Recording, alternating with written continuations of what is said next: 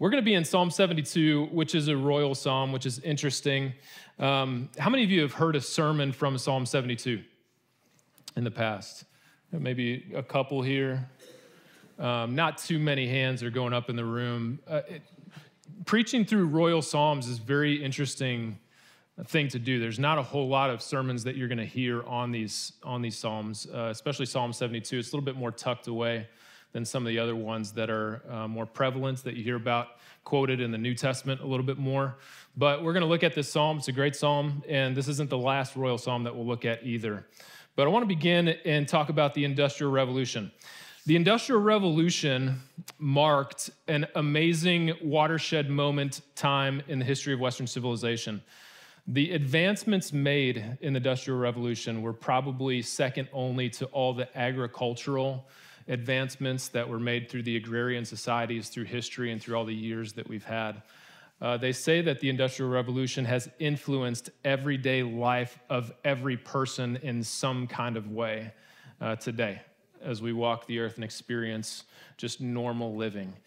The modern world experienced an overflow of advancement that went right into the beginning of the 1900s. So Industrial Revolution, you're looking at late 1700s into the early 1800s, but it continued on for a century after that. In 1900, a man by the name of Charles Seeberger invented the first modern escalator. 1901, we had the first transatlantic radio signal that enabled communication along just wide swaths of water and for things to happen on a worldwide scale. In 1902, it was the first modern air conditioner that was built. All of these inventions coming right out of the Industrial Revolution. The lie detector was built. In 1903, the famous Wright brothers manned the first gas-motored man-flew airplane, man-piloted airplane. The same year, the steam turbine generator was built. In 1904, John Deere International happy that a tractor was invented. And in 1905, Einstein fascinated and amazed the scientific community with his theory of relativity. In 1907, color photography was invented. In 1908, Henry Ford manufactured 10,660 Model T automobiles for the very first time. There's a man by the name of Richard Tarnas, and he wrote a book called The Passion of the Western Mind. And here's what he said. He captured the shift of the Industrial Revolution in terms of faith. And it's a really interesting thought that he has. He says, using his own natural intelligence and without the aid of Holy Scripture's divine revelation, the Industrial Revolution now enabled, man had penetrated nature's mysteries, transformed his universe, and immeasurably enhanced his existence. He continues on, and he says this, his own wits and will could change the world. He said, science gave man a new faith, not only in scientific knowledge, but in himself, man himself. It was a time of unremitting progress. The apostles of progress believed that not only were they able to overcome the challenges of an industrial age, but they actually believed that they were solving the riddle of human existence altogether. The advancements and the progress that was happening was going to change life fundamentally, drastically, and permanently into the future.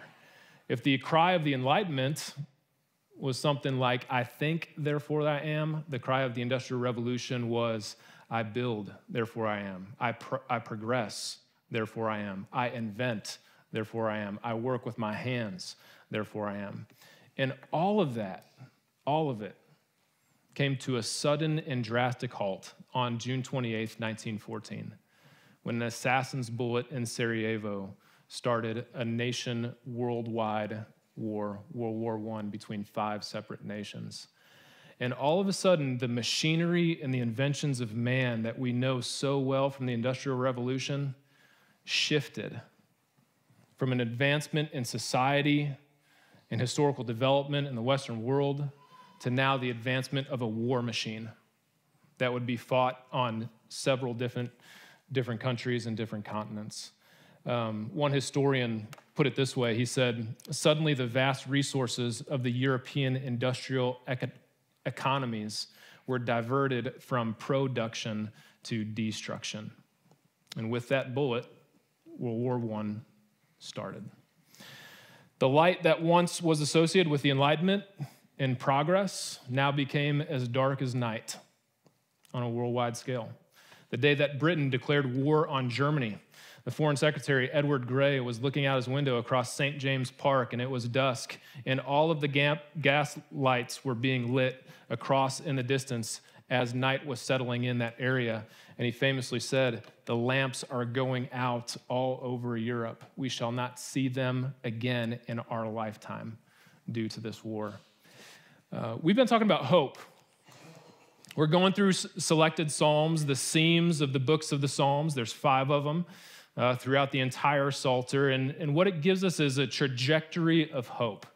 We're looking at the first book and the last book, or the first Psalm and the last Psalm in each book of the Psalter. And today we're coming to Psalm 72. And one of the things that we've been saying throughout this series is that hope must have an object. You don't hope and hope. You don't believe and believe.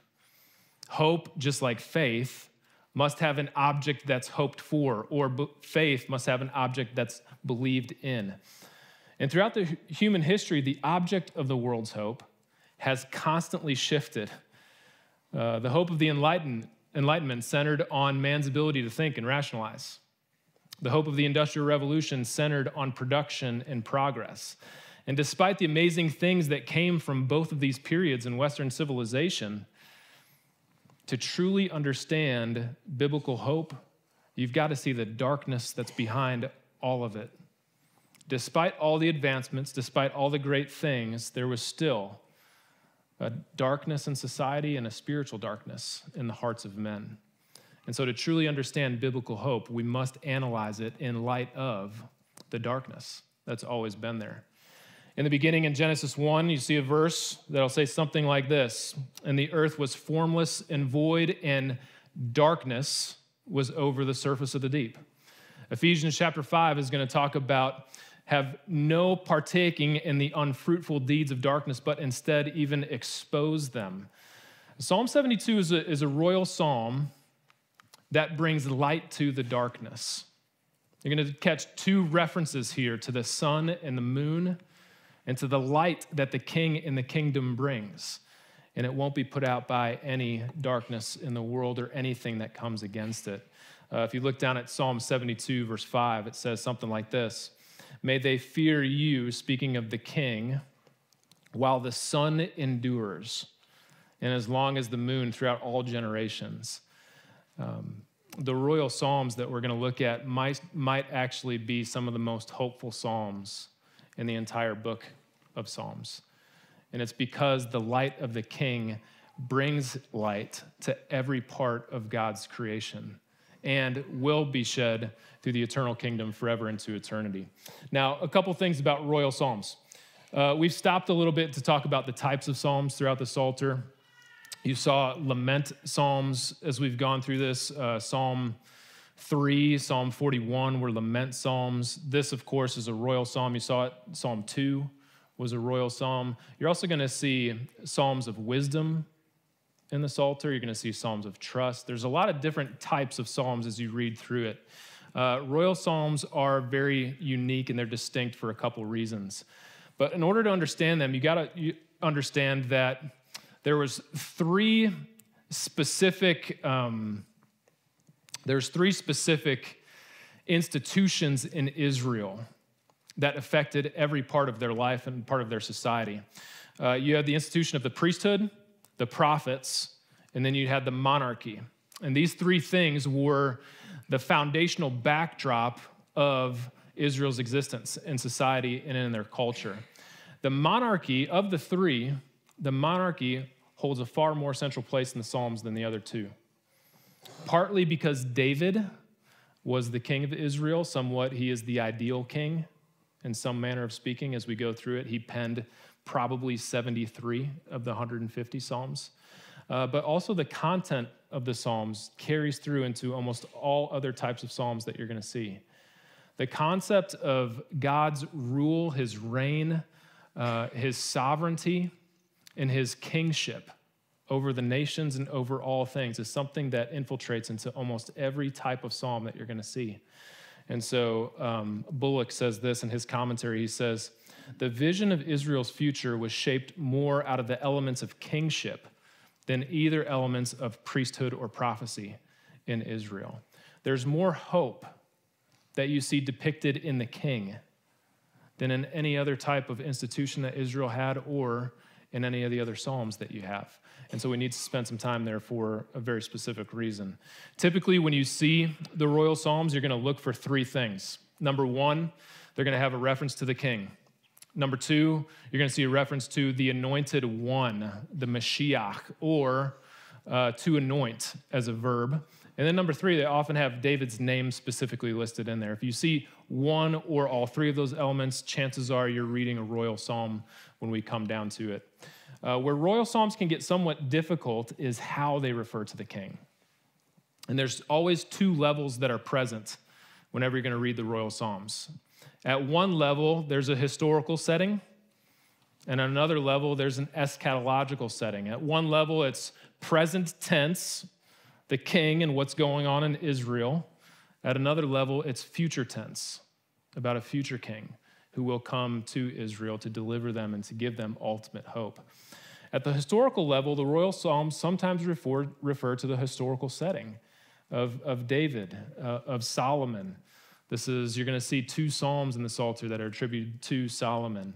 At the future level, the royal psalms shift. And sometimes the royal psalms include both of those elements together, and you're going to see a little bit of that in Psalm 72. It's important because once you read the royal psalms, you're going to read a lot of these that are quoted and attributed to Jesus when you get to the New Testament.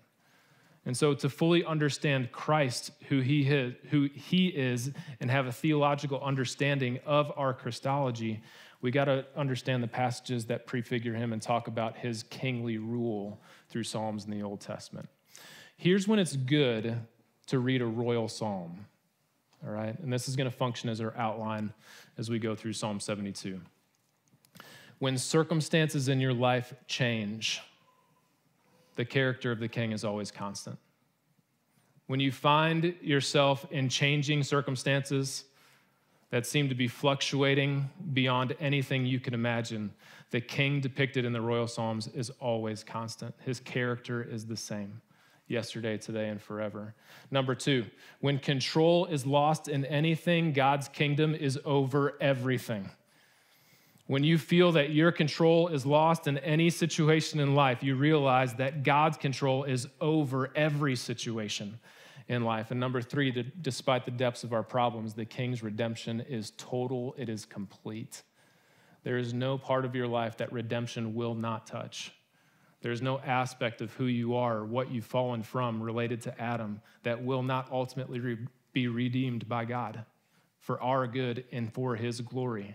Redemption is both a past tense action that took place the second that you believed in Jesus for salvation. It is also a present tense process. We have been redeemed by Christ. We are being redeemed by Christ. And there's no part of your life that will not be redeemed when it all comes down to it by his goodness to us. Number one in your outline, and number one this morning, not too sure why oh yeah. You guys got a fun little box back there on the screen. There, Kent, that's fun. So anyway, focus with me, guys. Number one in your outline. When circumstances change, our king is always constant. When circumstances change, our king is always constant. I'm not going to go back and read all these verses that David read, but I'll hit on some of them, okay? There's a major grammatical issue that you're going to see throughout Psalm 72. And depending on your translation, you can understand it almost right at the outset. There's only one command. There's only one imperative verb in the entire psalm. And the one command is found right at the beginning in Psalm 72, verse 1. Your text should say something like this. Give the king your justice. Give is the command, Natan in Hebrew. Give the king your justice, O God, and your righteousness to the royal son. Now, most think that this psalm is a prayer for the king.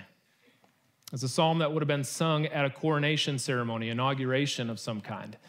But every verb written after verse 1, from here on out, every verb is either one of two things. It's either a future tense verb in anticipation of a king that will come, who's yet to come in the future, or is a present tense request for the current king in Israel at that time. No other commands throughout the whole Psalm 72.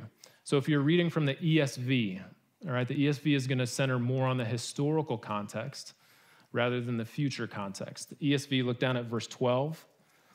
For he delivers the needy when he calls, the poor and him who has no helper. He has pity on the weak. If you read those verses in the NIV, it's going to say something like this. For he will deliver the needy when he calls, and the poor and him who has no helper.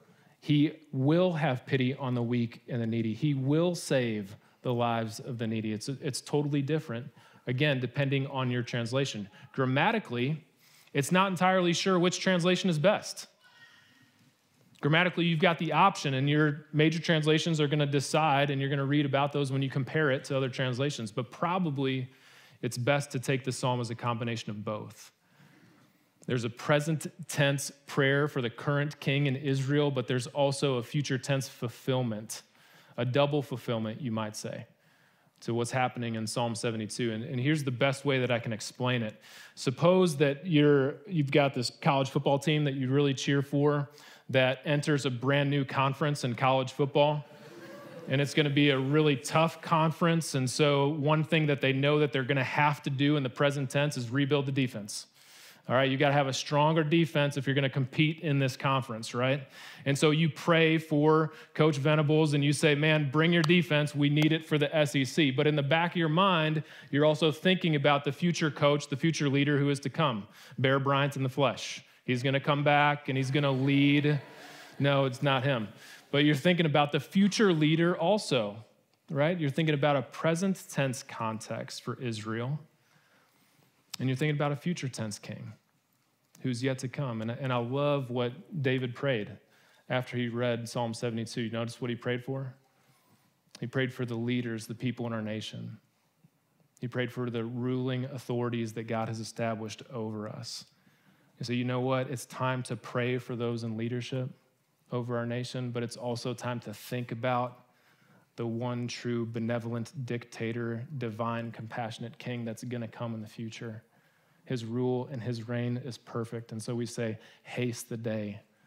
But until that day, we present tense pray for our leaders. And in Israel's context, we pray for the king. In order to realize the significance of Psalm 72, you've got to know a little bit about Israel's history. If you ever have any questions whether or not a God truly exists, look no further than the nation of Israel. There is no reason that they should even exist on the planet today. They have overcome slavery in Egypt. They have overcome oppression and power from the Assyrians in 722 BC. A couple hundred years after that, 605 BC, 150 so, Nebuchadnezzar and the Babylonians, Israel survives through Babylonian captivity. Centuries later after that, you've got Greek captivity, you've got Roman captivity, and Israel through all of that, all of a sudden, there's a war and they're a nation again in the last 75 years or so. Israel's history is fraught with nations that are stronger than them, powers that are bigger than them, overcoming them, making them servants to their will and to their desires. And yet, God still rules over all of those things. He's still sovereign over all of that, despite the loss, despite the change in circumstances from where they are, where they're living, who they're serving, what their boundaries are or what they are not, the temple, its existence, or the temple and its destruction. God is still sovereign over Israel. He is still over those people. The psalmist prays for righteousness and justice of the king of Israel. That doesn't change. Look down at verse 2 and 3. May he judge your people with righteousness and your poor with justice. Let the mountains bear prosperity for the people and the hills in righteousness. In the Bible, and especially in the Psalms, you're going to read justice and righteousness right next to each other. Justice and righteousness are said to be the foundation of the throne of God in the Old Testament. It's the mishpat of God is his justice. It's the tzedakah is his righteousness. And those two things in Hebrew, sometimes they're so closely associated with one another that their meaning overlaps and they're used interchangeably. Other times you can distinguish exactly what justice and righteousness is. Justice, when you study the term, the king's justice, it's the decisions, it's the declarations, it's the judgments that make wrong situations right. If the king is going to be just in Israel, he's declaring right from situations that were wrong, and he is enacting his justice in that way. If you're going to be a righteous king in Israel, if your righteousness is going to flourish, that's not only decreeing and justifying that justice is going to take place, it's actually being personally involved in that justice. Now you don't just know what the right thing to do is, and a righteous king will actually act in righteous ways to secure that justice. It's personal involvement in dealing with people who need justice. And so there's two aspects of what a godly king should be doing in Israel. There's a concept of justice, and then there's a call to justice. There's knowing what justice is, and then there's doing justice. For the king in Israel and for us, knowledge should lead to action. We do justice as God has asked us to do by defending the defenseless, taking care of the poor and the widow, the alien and the orphan among us. That's what it means to do justice. God's king not only knows the right thing to do, but he is actively involved in doing it. The perfect king is unchanging in his righteousness and his justice to the people that least deserve it. But before we move on, look down at verse 3. Let the mountains bear prosperity for the people. Your text might not say prosperity, it might say something different. Look down at verse 7. In his days may the righteous flourish and peace abound until the moon be no more. The word for peace and prosperity here, verse 3 and verse 7, is the Hebrew word shalom. And that's probably a word that's most often translated as peace in the Bible. You've probably heard the statement before, sin has 1,000 faces. Shalom is the 1,000 defenses to the faces of sin. All right, let me put it a different way. The prophets in the Bible were men that spoke the most about God's shalom, his peace and prosperity. So Israel, you have been unfaithful, disobedient to the covenant, but I am raising up a king, a Messiah after you. He will secure perfect peace, perfect shalom for the people of Israel into eternity. In a new age of shalom, human crookedness would be made straight, according to the prophets. Shalom means that rough places would be made smooth, that the foolish people would be made wise, and that wise people would be made humble. Shalom in the Bible means that there will be a time when the deserts teem forth with life and rivers go through the dry, waste areas. Shalom was a time when life, fruit, and abundance will be in the darkest and the driest of all places. Shalom is a time in the Bible where lions will lay with lambs. It's a time in the Bible where everything that is wrong is made right. Well, people will look to God, lean on God, and love God with all of their heart. Shalom is a universal flourishing. It is a greeting for people in Israel. Shalom Alecha. Shalom Alech is what you would go to a Hebrew person today and say, peace be with you, prosperity be with you. Shalom, as Cornelius Plantinga has said, is the way that things should be. And in a world of darkness that we live today, we understand that there's a lot of things that shouldn't be.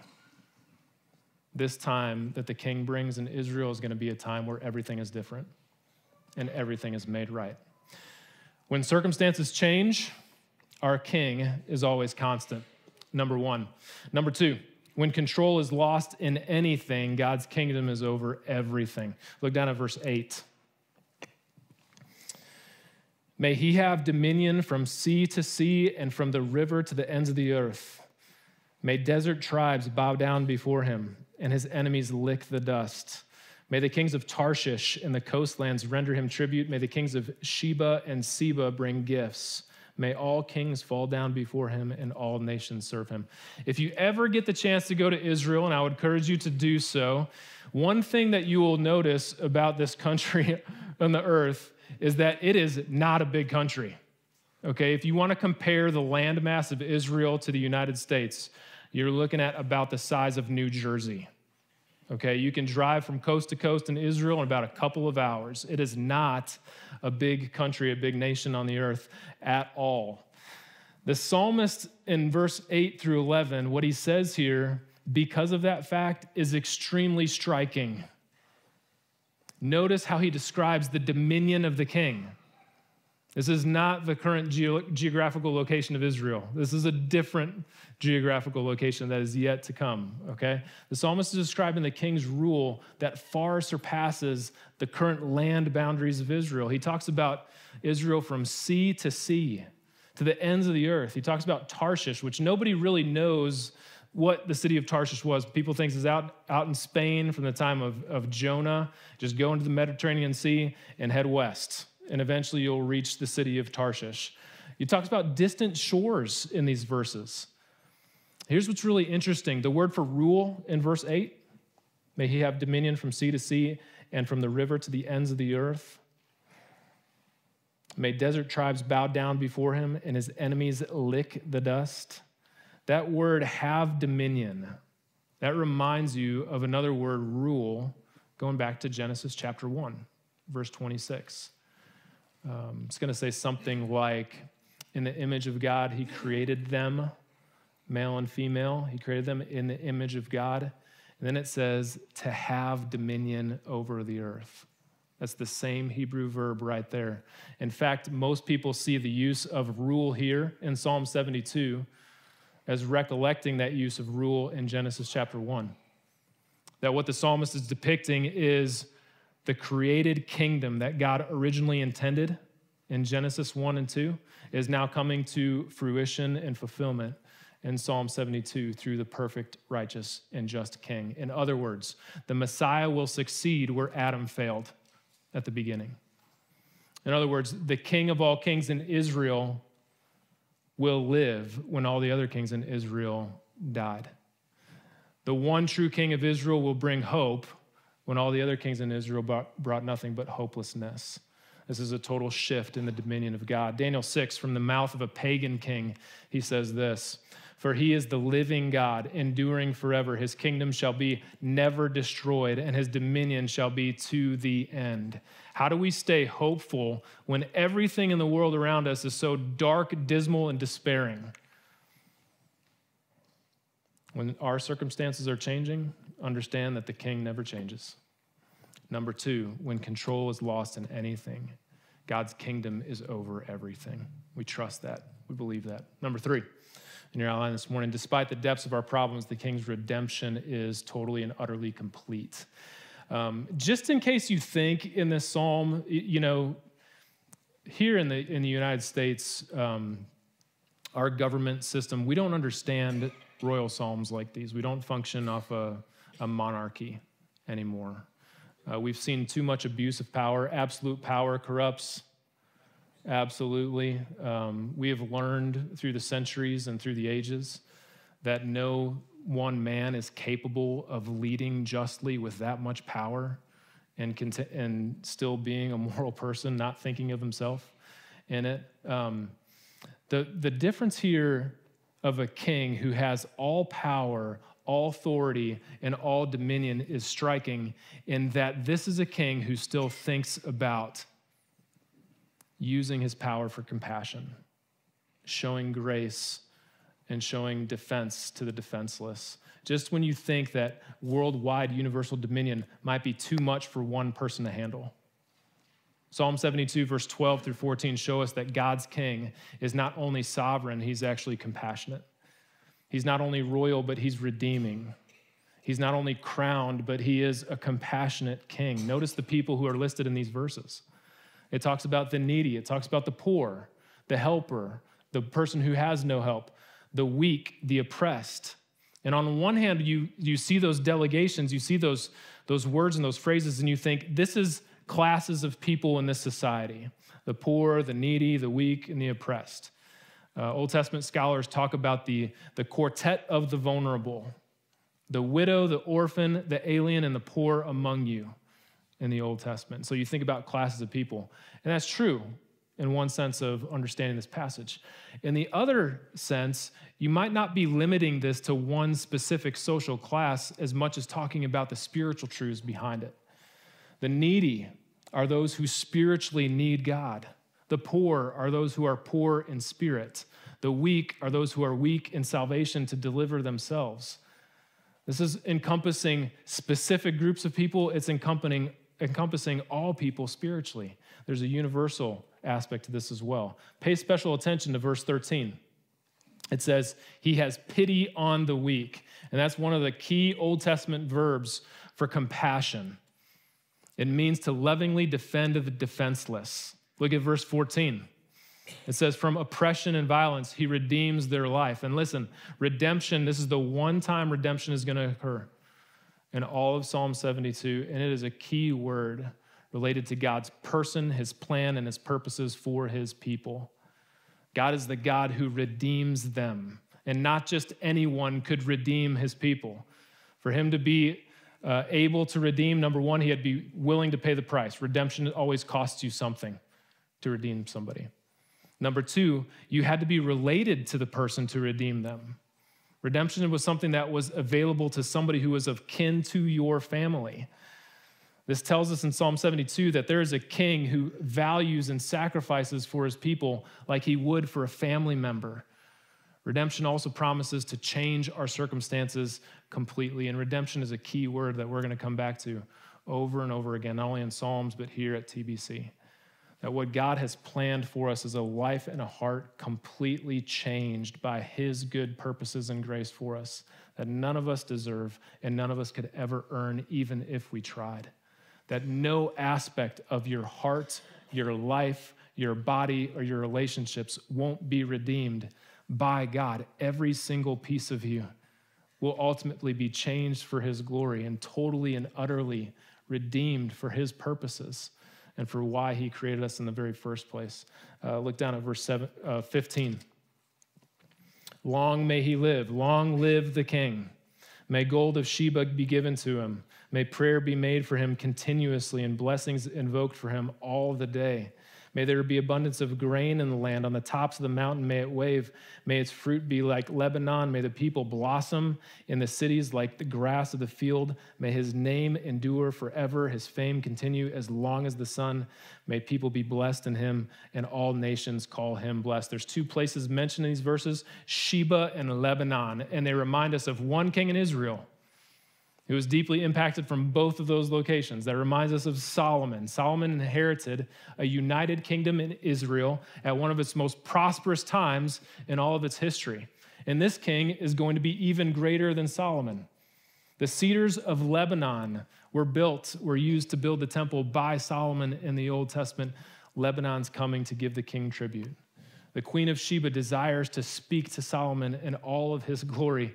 She even comes and brings a tribute to Solomon. It'll be nothing like the tribute given to the eternal king in the future kingdom of heaven. In 1914, there was a British explorer by the name of Ernest Shackleton who took a crew of people to explore Antarctica. He wanted to be the first person who was not only going to sail to Antarctica and explore the area, but he wanted to cross the entire landmass that it is from east to west. He wanted to go right through the South Pole. He landed, his ship called the Endurance was crushed in the polar ice. They had to abandon ship before they could even begin their journey. Over the next several months, Shackleton's crew just fought to survive. They battled starvation. They battled the frigid cold temperatures of Antarctica. And they certainly battled despair and hopelessness. But of all of the things that Shackleton and his crew battled, the hardest thing for them to face was the despairing darkness at the South Pole in Antarctica. If you are in Antarctica from about the middle of May until the end of September, the sun does not rise during that time of year. It is only darkness that is there. The lights in the heavens above, the stars above, reflect on the snow below, and that's all of you got. Some of you guys have been in a place that's as dark, so dark that you can't see your hand in front of your face. Imagine being in a place like Antarctica where you can't see what's behind you, around you, or in front of you, wandering in this darkness with no help, nowhere to go. You can't even see the crew members that you brought with you. Of all the struggles, the hardest thing to overcome was the darkness. As we think about Psalm 72, I want to close with two aspects of hope that will hopefully bring light, the light of the King and his kingdom, into your heart. Whatever circumstances, whatever trials, whatever difficulties you're facing. And the first is this: the rule of God reminds us that his sovereignty is absolute, infinite, and good.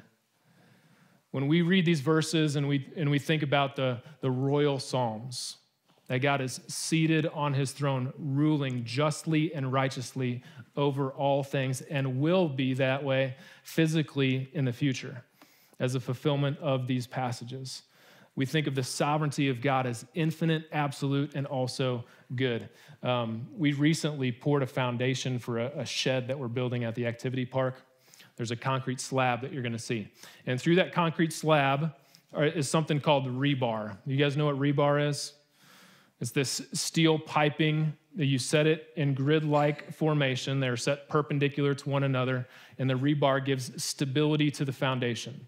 And so you pour the concrete over the rebar, and now you have a firm foundation to build on. There are two firm items that we can build on for our hope concerning God. Number one is his sovereignty. Number two is his matchless grace that we have in Scripture.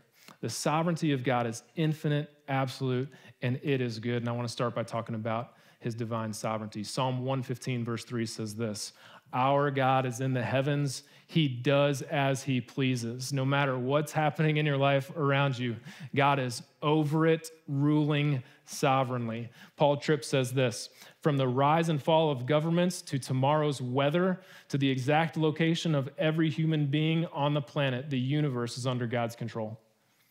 From the rise and fall of governments to tomorrow's weather, to the exact location of every human being on the planet, the universe is always under God's control. God's sovereignty reminds us that God has all power, but it also reminds us that he has a plan for his people and the earth that he created to live in it.